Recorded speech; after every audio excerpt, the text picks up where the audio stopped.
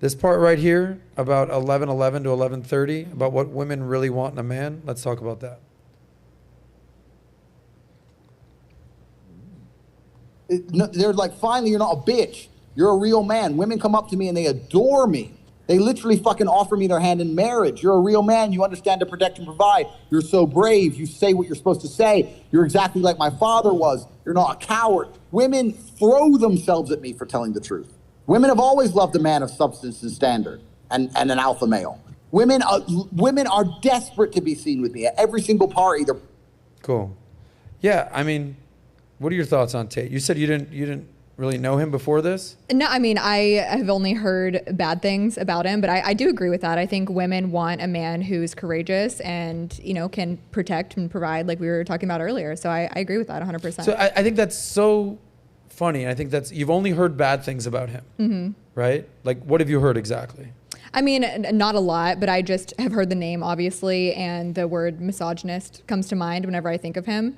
Yeah. But what I've heard right there, I totally agree with that. I don't think that's misogynistic at all for, you know, women saying that women want a man who is successful, status, and can provide. I don't see anything wrong with that. So this is the problem with these labels these days and people getting hurt by words is that, like, you hear this term toxic masculinity.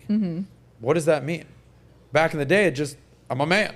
Right. Like when they were storming the beaches of Normandy during World War I and they were losing their lives. World War II.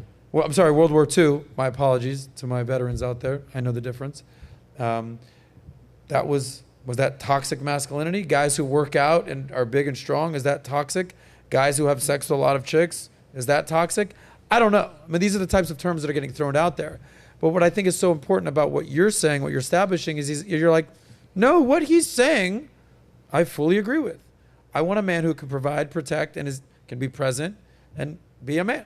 Right. I think people take these terms like toxic masculinity and they run with it and just create this whole agenda in their mind. But there's nothing wrong with masculinity. There's nothing wrong with being a man. And I think we need more men to step up and be more masculine, especially in today's society with cancel culture and everything we've been talking about today.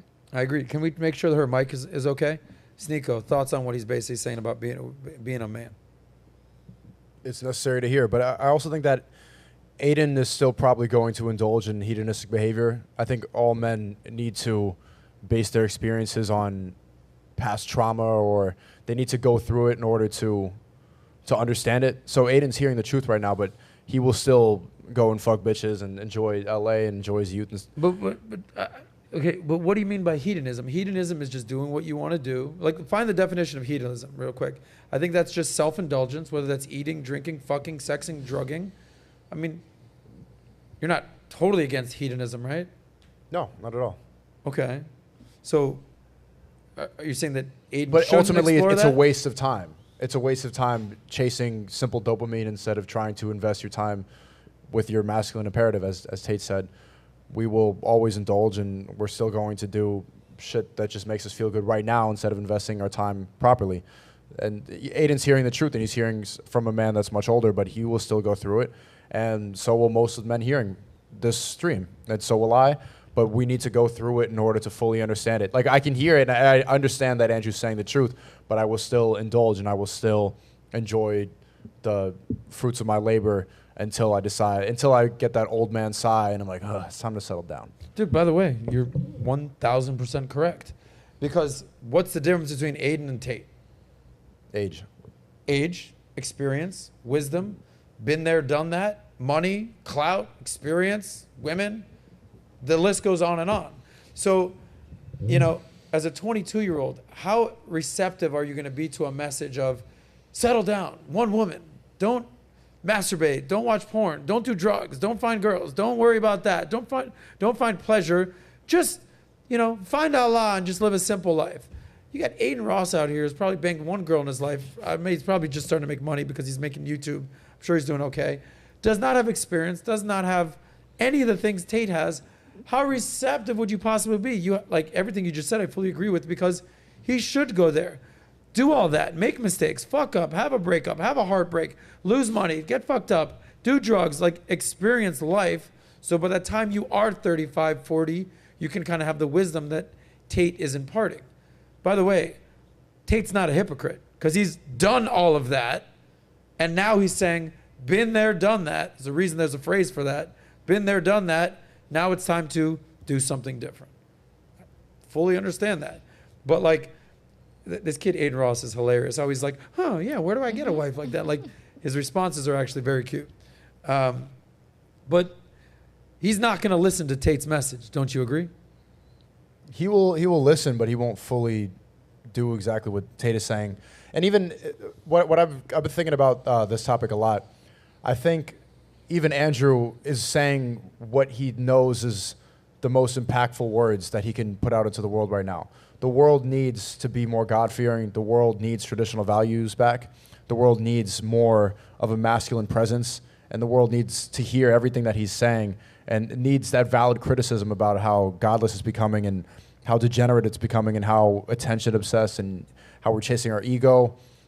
And so he's choosing his words very carefully because he's realized how powerful his words are.